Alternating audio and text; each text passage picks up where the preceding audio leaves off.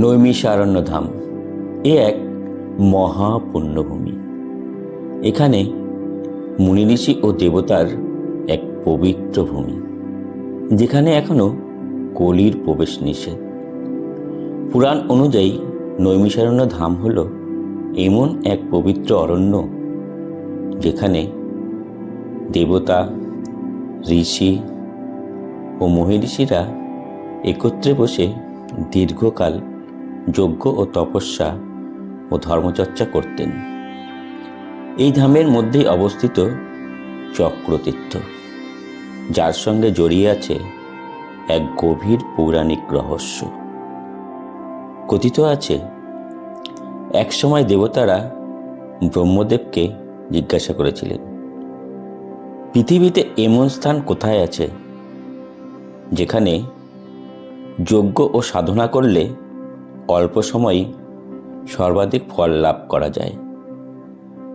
তখন ব্রহ্মদেব একটি দিব্য চক্র নিক্ষেপ করেন এবং বলেন, এই চক্র যেখানে এক নিমিষে থেমে যাবে বা পতিত হবে, সেই স্থানই হবে সর্বশ্রেষ্ঠ তপস্যা ভূমি। ব্রহ্মদেবের সেই চক্র আকাশভেদ করে ঘুরতে ঘুরতে এসে এক নিমিষের মধ্যেই থেমে যায় বর্তমান নৈমিষারণ্য অঞ্চলে। নিমিষ শব্দের অর্থ চোখের ফেলা মাত্র সময়, যা এই পূর্বে জায়গাটি গভীর জঙ্গল, শাল, সেগুন, বটবৃক্ষের অরণ্য। সেই কারণে এই জায়গার নাম হয় নৈমিষারণ্য। এই নৈমিষারণ্যধাম আপনারা কিভাবে পৌঁছবেন, কোথায় থাকবেন, কিভাবে ঘুরবেন, কোথায় খাওয়া দাওয়া করবেন, দর্শনীয় স্থান সমেত থাকছে সম্পূর্ণ তথ্য। তাহলে আর দেরি না করে ভিডিওটা শুরু করি। আপনারা দেখছেন আমার ইউটিউব চ্যানেল ট্রাভেল ব্লগার দুলাল।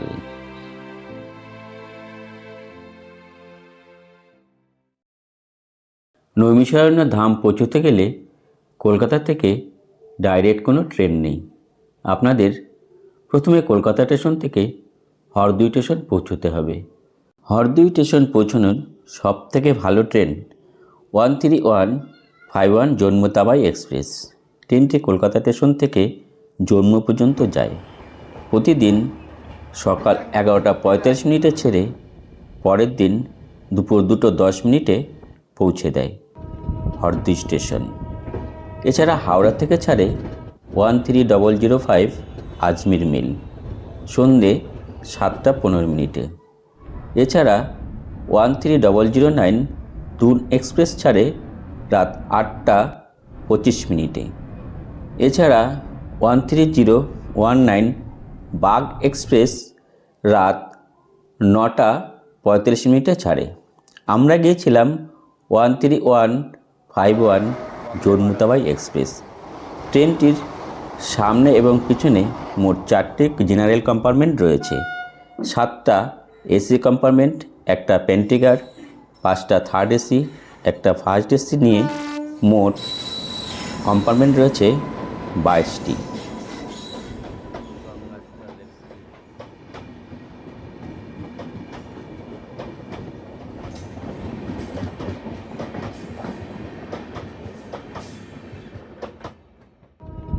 আমরা কলকাতা স্টেশন থেকে 1111 কিলোমিটার পথ অতিক্রান্ত করে পৌঁছে গেলাম হরদুই স্টেশন।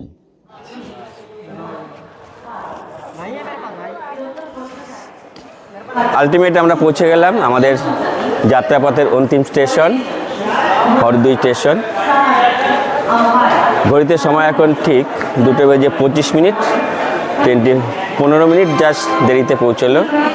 তো চলুন এরপরে আমরা আস্তে আস্তে বাইরে বেরিয়ে যাব। এই হচ্ছে আমাদের কোচ ছিল S3, এখনও দাঁড়িয়ে রয়েছে। ছেড়ে চলে যাচ্ছে এখন হরদুই স্টেশন থেকে 131 কলকাতা থেকে জম্মু পর্যন্ত জন্মতাবাই এক্সপ্রেস।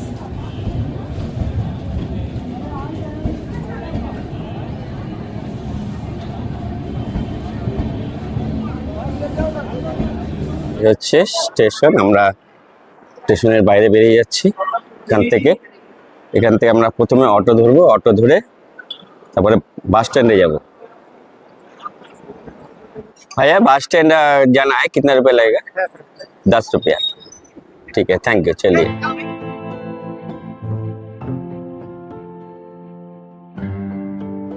যেহেতু আমরা বাসে বসে যাব তার জন্য আমরা একদম হরদুই স্টেশন থেকে টোটো করে একদম চলে যাচ্ছি বাস স্ট্যান্ড। বাস স্ট্যান্ডে যে নিমসার কিংবা আমরা যে নৈমিষারণ্য, সেই নৈমিষারণ্যে আমরা যাব।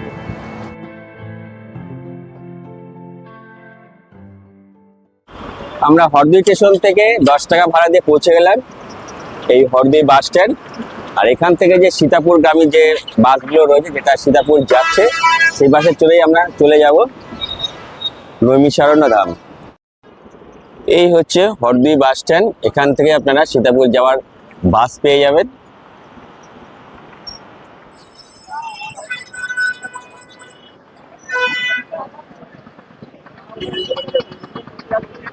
এই হচ্ছে সীতাপুর যাওয়ার বাস। ভাই কিতने টাইম में चलेगा ये बस? 3:30 তো। 3:30। চলুন আমরা এখন বাসে উঠে পড়ি। ঘড়ির সময় বলছে 3:30। আর এই এখন হরদুই বাস স্ট্যান্ড থেকে আমাদের বাস ছাড়লো নৈমিষারণ্যে যাওয়ার জন্য।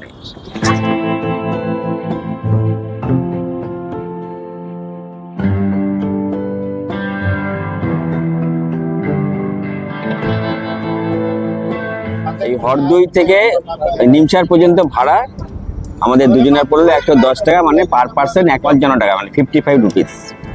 হরদুই বাস স্ট্যান্ড থেকে নৈমিষারণ্য পর্যন্ত দূরত্ব প্রায় 22 কিলোমিটার, আর সময় লাগতে পারে আনুমানিক 50 মিনিটের মতো।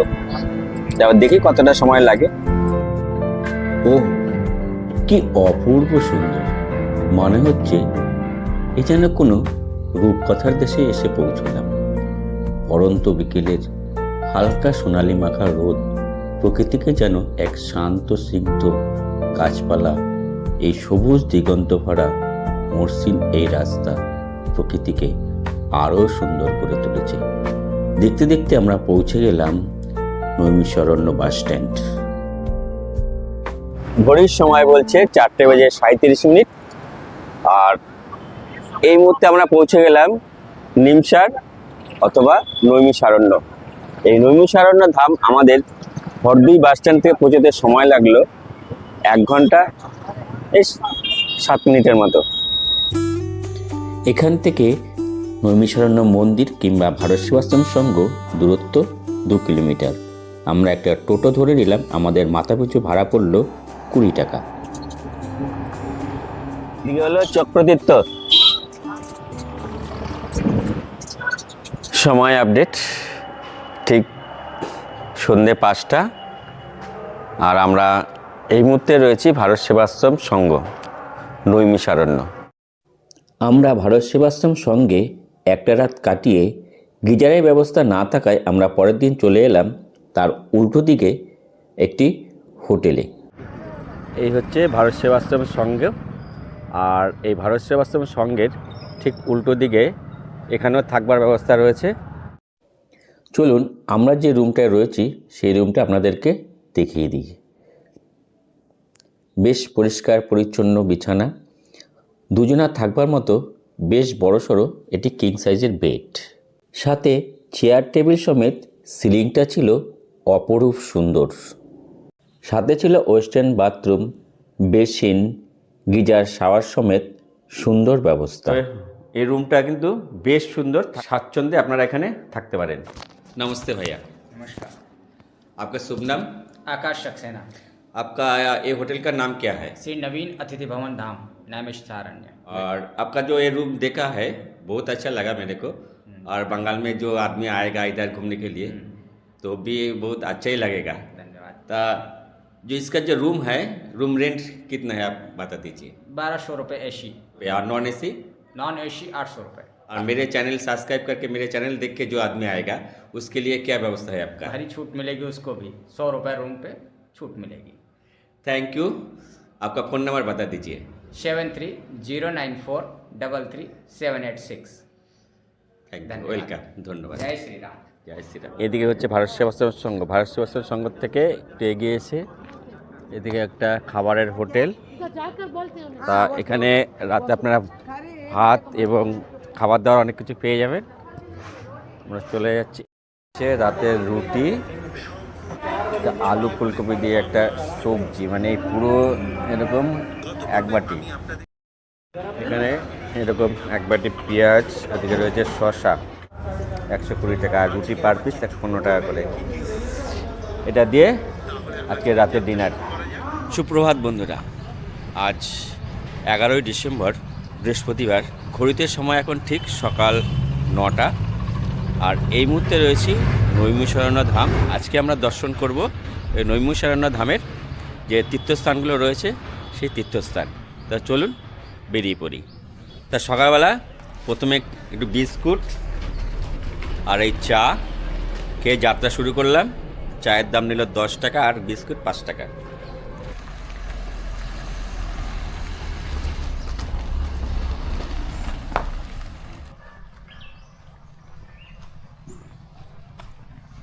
ভারত সেবাশ্রম সংঘ থেকে প্রায় 400 মিটারের মতো পায়ে হেঁটে পৌঁছে গেলাম এই গোমতী নদীর একদম সামনে। আর সময় লাগলো আমাদের পায়ে হেঁটে এই 5 থেকে 7 মিনিট। ধীরে ধীরে এগিয়ে চললাম গোমতী নদীর দিকে। একটু উপরে উঠেই হঠাৎই অজানা এক স্পর্শে শরীরের লোম খাড়া হয়ে গেল। এখানকার শান্তশিষ্ট স্নিগ্ধ পরিবেশ আমাকে মুগ্ধ করে দিল। পথে যেতেই দেখতে পেলাম এখানকার স্থানীয় মানুষজন নানা ধরনের পসরা সাজিয়ে বসে আছে। এই গোমতী নদীর পাড়ে রয়েছে আরতি এবং পুজো করার সামগ্রী। খুবই যৎসামান্য মূল্যে এরা বিক্রি করে থাকেন।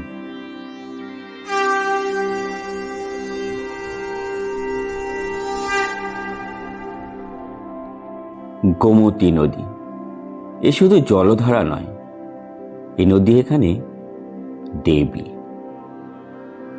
নদী এখানে মুক্তির পথ। গোমতী নদী এখানে দেব নদী, এক অনন্য মহিমায় বিরাজমান।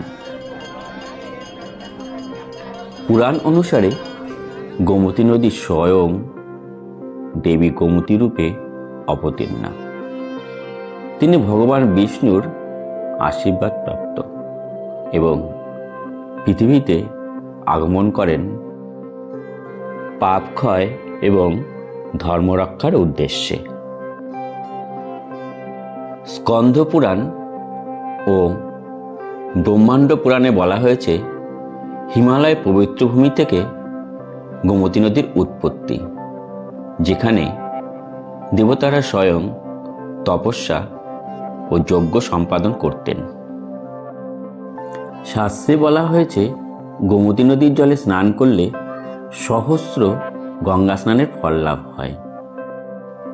যে ব্যক্তি ভক্তি সহকারে গোমতী নদীতে স্নান করেন এবং পিতৃ ক্রিয়াকর্ম করেন, দান ও প্রণাম করেন, তার বহু জন্মের পাপ নাশ হয় এবং বিষ্ণু লোক প্রাপ্তির যোগ্য হয় এবং পিতৃঋণ থেকে মুক্ত হয়। এই গোমতী নদীর তীরেই অবস্থিত দেবতা এবং মনীষীদের তপভূমি নৈমিষারণ্য। এই স্থানেই মহর্ষি সূতজি ও অন্য ঋষিদের কাছে শ্রীমদ্ ভাগবত, মহাভারত ও অষ্টাদশ পুরাণের কাহিনী বর্ণনা করেছিলেন। আজও ভক্তরা বিশ্বাস করেন গোমতী নদীর স্রোতে দুঃখ, রোগ ও অশুভ শক্তি নিজে থেকেই বিলীন হয়ে যায়।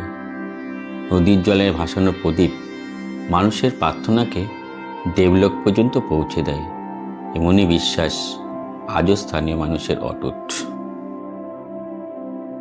আমরা এখন এই গোমতী নদীর এপার থেকে ওপারে যাচ্ছি। নৌকো ভাড়া রয়েছে 10 টাকা করে। তাই গোমতী নদীর পাড়ে এসে কিন্তু এই ভাইদের সাথে দেখা হয়ে গেল। और हम लोग फोटोग्राफरी का काम करते हैं यहाँ पे। जब भी आएंगे आपको 20 रुपए में हम लोग फोटो निकाल के देते हैं तुरंत ही। बहुत अच्छा लगा आपके साथ मिलकर, থ্যাংক ইউ।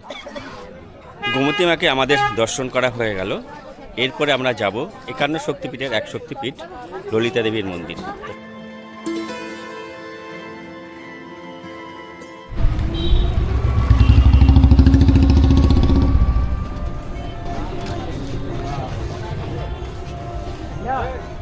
তো আমরা গোমতী মায়ের থান থেকে চলে আসলাম 2 কিলোমিটার এই টোটো করে। আমাদের টোটো ভাড়া পড়লো মাত্র মাথাপিছু 10 টাকা করে। প্রবেশপথ দিয়ে ধীরে ধীরে এগিয়ে চললাম মা ললিতা দেবীর মন্দিরের দিকে। রাস্তার দুধারেই রয়েছে অজস্র ভোগ প্রসাদের দোকান। भाई पूजा देवा डाली कितने रुपए लेते हैं आप? 50 का है, 100 का है, 250 का है। ये शक्तिपीठ है, यही चढ़ता है प्रसाद। Thank you.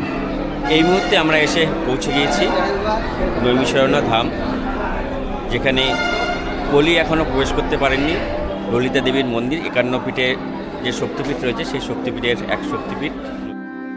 51 শক্তিপীঠের এক শক্তিপীঠ হল এই উত্তরপ্রদেশের নৈমিষারণ্যে অবস্থিত মা ললিতা দেবীর মন্দির। পুরাণ অনুসারে দক্ষ প্রজাপতির যজ্ঞে অপমান সইতে না পেরে মাতা সতী আত্মবিসর্জন দেন। শোকগ্রস্ত মহাদেব সতীর নিথর দেহ নিয়ে সমগ্র বিশ্বে তাণ্ডব শুরু করেন। বিশ্বের রক্ষার্থে নিজের সুদর্শন চক্র দ্বারা সতীর দেহ খণ্ডিত করেন। সতীর দেহাংশ যেখানে যেখানে পতিত হয় সেই স্থানগুলি পরিচিত হয় শক্তিপীঠ নামে। পৌরাণিক বিশ্বাস অনুযায়ী এই নৈমিষারণ্যে দেবী সতীর হৃদয় পড়েছিল। এই কারণেই এখানে দেবী পূজিত হন মা ললিতা রূপে। আদিশক্তি, সৌম্য, সুন্দর ও করুণাময় প্রকাশ। মা ললিতা দেবী শুধু শক্তির প্রতীক নন, তিনি শ্রী বিদ্যার অধিষ্ঠাত্রী দেবী। ললিতা ত্রিপুরেশ্বরী সুন্দরী, যার কৃপায় জাগ্রত হয় জ্ঞান, শক্তি ও আত্মবোধ। তার এক হাতে ভরা ভয়, অন্য হাতে কৃপা। তিনি সাধককে দেন ভয় মুক্তি ও মুক্তির পথ। ললিতা দেবীর মন্দির শুধু একটি উপাসনা স্থল নয়, এটি একটি তীর্থ, যেখানে শক্তি, সাধনা ও শাস্ত্র একই সূত্রে মিলিত হয়েছে। যেই ভূমিতে ঋষিরা ধ্যান করেছেন, সেই ভূমিতেই আজও মা ললিতা ভক্তদের রক্ষা করে চলেছেন। জয় মা ললিতা, জয় নৈমিষারণ্য। মা ললিতা দেবীকে প্রণাম জানিয়ে আমি মন্দির থেকে বেরিয়ে গেলাম। এরপর এখানকার পুরোহিতের কাছ থেকে এখানকার মাহাত্ম্য শুনে নিয়েছিলাম। आदिशक्ति पीठ माँ ललिता देवी का दरबार है। श्रीमद् भागवत में एक श्लोक आता है कि सतयुगे नैमिषारण्याम त्रेतायाम च पुष्करौ द्वापरो कुरुक्षेत्रे कलौ गंगा प्रवर्तते। जिस भूमि पर आप पधारे हुए हैं, ये भूमि सतयुग की है। ये आदिशक्ति पीठ भी माँ सतयुग से यहाँ पे विराजमान है। यहाँ आरण्य नाम का जंगल था। इस जंगल में 88,000 ऋषियों का वास था। यहाँ एक भंडासुर नाम का दैत्य उत्पन्न हुआ। उसका वध करने के लिए माता यहाँ प्रकट हुई।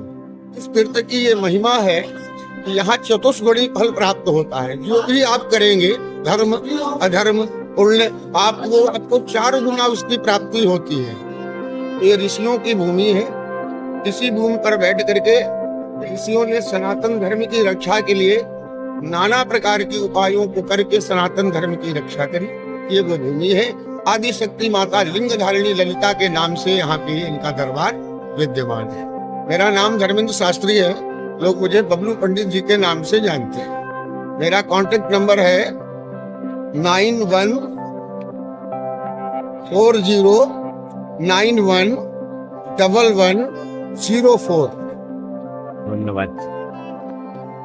মন্দিরের থেকে এই পাশে গেটটা দিয়ে চলে গেলে এখানে একটা কুণ্ড রয়েছে, পঞ্চপ্রয়াগ কুণ্ড। সেটা আমরা এখন দর্শন করব। এই হচ্ছে পঞ্চপ্রয়াগ কুণ্ড।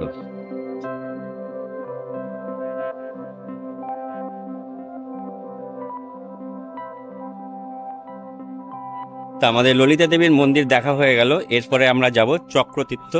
ললিতা দেবীর মন্দিরের এই পিছন সাইড থেকে বেরিয়ে আমরা চলে যাচ্ছি এই ডান দিকের রাস্তায়। তা এই রাস্তায় কিছুটা এগুলি পেয়ে যাব আমরা সেই ঐশ্বরিক স্থান চক্রতীর্থ। 51 শক্তিপীঠের এক শক্তিপীঠ ললিতা মায়ের মন্দির থেকে মিনিট 5 পায়ে হেঁটে আমরা পৌঁছে গেলাম এক অভাবনীয় পুণ্যতীর্থ চক্রতীর্থ। সমগ্র দেবতা ও মনীষীদের অনুরোধে ভগবান বিষ্ণুর নাভি থেকে সৃষ্টি ব্রহ্মদেব দিব্য চক্রে খোঁজ করে দিয়েছিলেন পৃথিবীর সর্বশ্রেষ্ঠ এই তপস্যাভূমি নৈমিষারণ্যের এই চক্রতীর্থ। আমরা চলে এলাম চক্রতীর্থ, যেখানে কলি এখনো প্রবেশ করতে পারেনি। আজ আমরা উপস্থিত হয়েছি উত্তরপ্রদেশের অতি প্রাচীন পবিত্র ভূমি নৈমিষারণ্যের অন্যতম শ্রেষ্ঠ তীর্থ চক্রতীর্থে। কলিযুগের প্রভাবে পৃথিবীতে পাপ বৃদ্ধি পাচ্ছে, ধর্ম ক্ষয়প্রাপ্ত হচ্ছে। পৌরাণিক যুগে এই নিয়ে দেবতা মুনিঋষিগণ খুব চিন্তিত হয়ে পড়লেন। তখন সমস্ত মুনিঋষি ও দেবতাগণ বিষ্ণুদেবের শরণাপন্ন হলেন। বললেন, হে নারায়ণ, এমন এক তীর্থ সৃষ্টি করুন যেখানে এক নিমিষেই পাপ নাশ হয়। ভগবান বিষ্ণু তখন তার হাতে সুদর্শন চক্র নিক্ষেপ করেন এবং ঘোষণা করেন, যেখানে আমার চক্র এসে স্থির হবে সেই স্থানেই হবে সর্বশ্রেষ্ঠ তপভূমি। ঘূর্ণীয়মান সুদর্শন চক্র যে স্থানে এসে স্থির হয় সেইখানেই সৃষ্টি হয় পবিত্র চক্রতীর্থ। এই কারণেই এই ভূমির নাম হয় নৈমিষারণ্য, অর্থাৎ এক নিমিষেই পাপ নাশকারী ভূমি। চক্রতীর্থের কেন্দ্রে রয়েছে দিব্য চক্রকুণ্ড। পুরাণ মতে এই কুণ্ডের জল কখনো শুকায় না, কারণ এতে বিরাজমান ভগবান বিষ্ণুর চক্র শক্তি।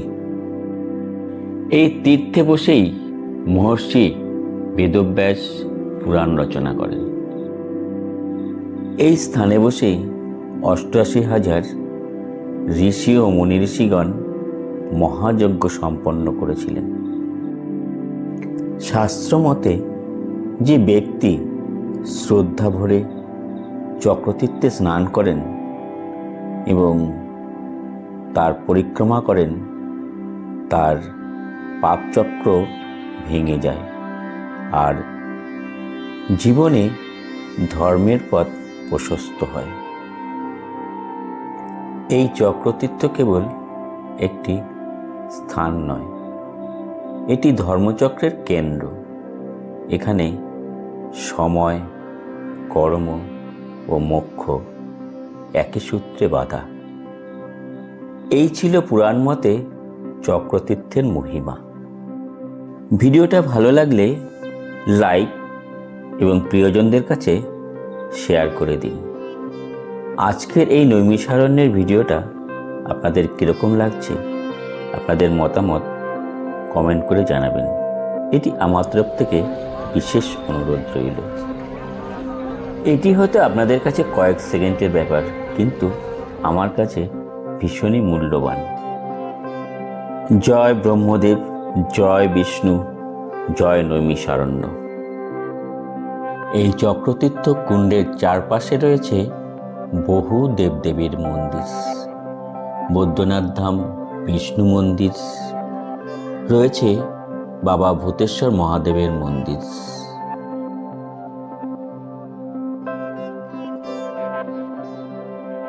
রয়েছে, লক্ষ্মী মাতা ও গণেশ ভগবানের মন্দির রয়েছে, শৃঙ্গী ঋষি তপস্যাস্থল এবং আরও অন্যান্য মন্দির।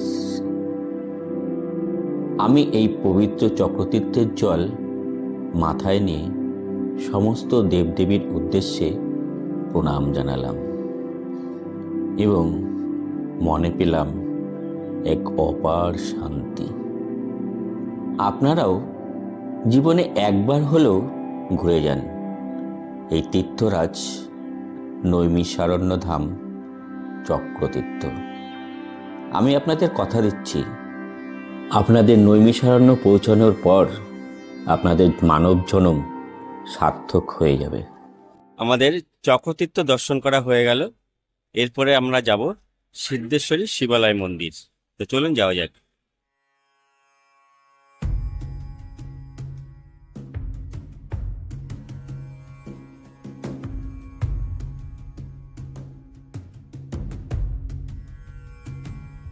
চক্রতীর্থ থেকে এই গেট থেকে বেরিয়ে এসেই আমরা এখন দর্শন করব সিদ্ধেশ্বরী মহাদেবের মন্দির। তো চলুন দর্শন করে আসি।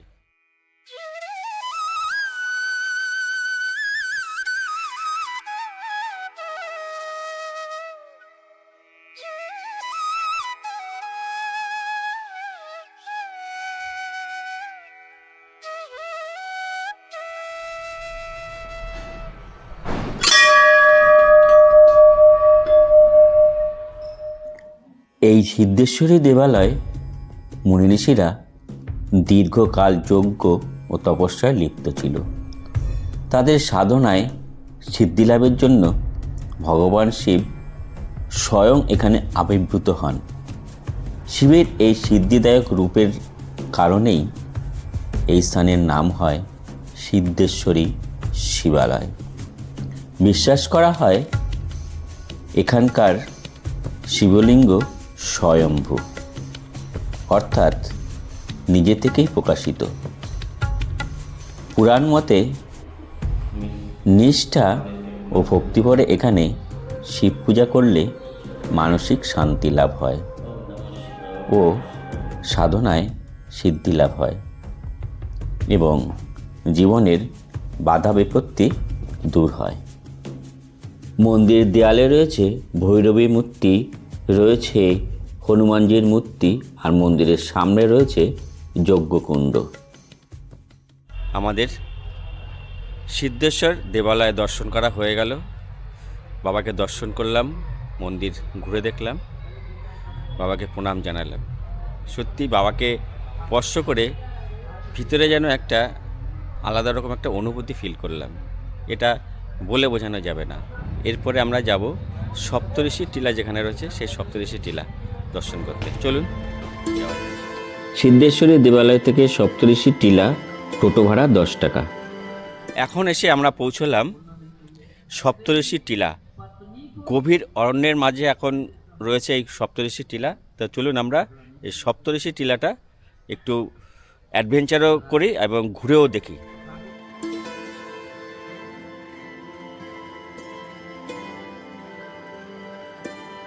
পুরো চারিদিকে জঙ্গল, এই জঙ্গলের মাঝে দিয়ে কিন্তু আমরা এখন উঠে যাচ্ছি যেখানে সপ্তঋষি তপস্যা করেছিল, সেই সপ্তঋষি টিলা। এই সপ্তঋষি টিলা শুধু একটি বনভূমি নয়, এটি ঋষিদের তপস্যা ক্ষেত্র। পুরাণ মতে এখানে একসময় সপ্তঋষি একত্রে বাস ও তপস্যা করেছিলেন। এই ঋষিরা হলেন মরীচি, অত্রি, অঙ্গিরা, পুলস্ত, পুলহ, ক্রুতু ও বৈশিষ্ট্য। তারা ব্রহ্মার মানসপুত্র এবং সৃষ্টির জ্ঞান ও ধর্মের ধারক। নৈমিষারণ্যের শান্ত পরিবেশে তারা দীর্ঘকাল যজ্ঞ, বেদচর্চা ও ধ্যানও সাধনা করেন। তাদের তপস্যার ফলেই এই স্থান এক মহাশক্তিতে পরিণত হয়। লোকবিশ্বাস অনুযায়ী এই টিলার আজও ঋষিদের তপস্যা শক্তি বিদ্যমান। এই নৈমিষারণ্য ধাম দর্শনে সপ্তঋষি টিলা পরিক্রমা না করলে এই নৈমিষারণ্য ধাম দর্শন অসম্পূর্ণ হয় বলে মনে করা হয়। এই সপ্তঋষি টিলা পরিক্রমা করে মিনিট 10 পায়ে হেঁটে পৌঁছে গেলাম আবারও গোমতী নদীর তীরে। দিনের শেষে যখন সূর্য ধীরে ধীরে বিদায় নেয়, ঠিক তখনই গোমতী নদীর তীরে প্রকৃতি সাজে অপরূপ রূপে। রামধনুর 7 রঙে আকাশ, লাল, কমলা, হলুদ, সবুজ, নীল, জ্যামিনী, বেগুনি, মেঘের ফাঁকে ফাঁকে আলো আর রঙের লীলা খেলা। গোমতী যেন সেই রঙে নিজেকে রাঙিয়ে নেয়। সূর্য ডুবে যায় গোমতীর জলে, সোনালি আলো ভেঙে পড়ে নদীর বুক জুড়ে। জলের ঢেউয়ে ঢেউয়ে দিনের শেষ আলো কেঁপে ওঠে।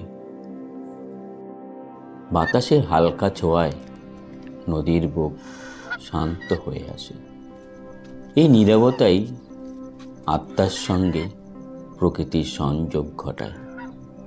নৈমিষারণ্যের এই মহাপুণ্যভূমির এই গোমতী নদীর ধারে এক অপূর্ব সুন্দর সানসেট আমরা দর্শন করলাম। সত্যি চোখটা জুড়িয়ে গেল। আপনাদের এই সানসেট কীরকম লাগলো আপনারা একটু অবশ্যই আপনাদের মূল্যবান মতামত কমেন্ট বক্সে জানাবেন। এই গোমতী নদীর সানসেট দেখার পর আমরা চলে যাব চক্রতীর্থে। চক্রতীর্থে যে সন্ধ্যা আরতি হয় সেই সন্ধ্যা আরতি আমরা দর্শন করব এবং আপনাদেরও দর্শন করাবো। তো চলুন যাওয়া যাক। এখন বাজে সন্ধ্যে 7টা, আর এই মুহূর্তে চলে এসেছি নৈমিষারণ্য ধামের চক্রতীর্থ। এই চক্রতীর্থ ধামে যে সন্ধ্যা আরতি হয় সেই সন্ধ্যা আরতি আমরা এখন দর্শন করব। তো চলুন। গোমতী নদীর সানসেট দেখে মিনিট 15 পায়ে হেঁটে চলে এলাম চক্রতীর্থ। ধীরে ধীরে মানুষ আসতে শুরু করেছে। সন্ধ্যা আরতি শুরু হবে সন্ধ্যে 7:30টায়।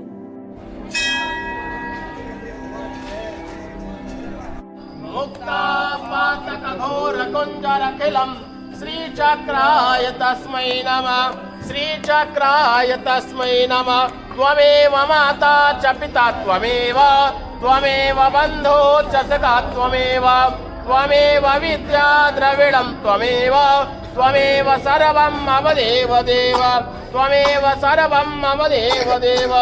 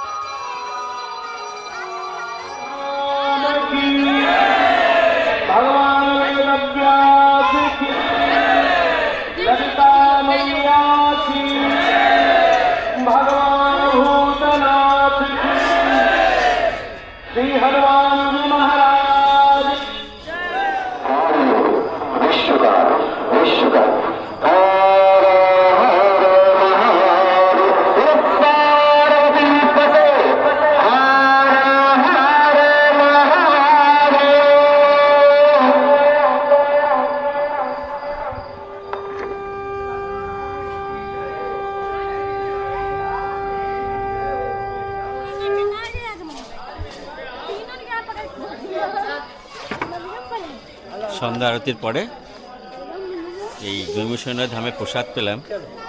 সত্যি কি বলবো, একটা অসাধারণ একটা সুন্দর ফিলিং হচ্ছে এই জায়গাটা এসে।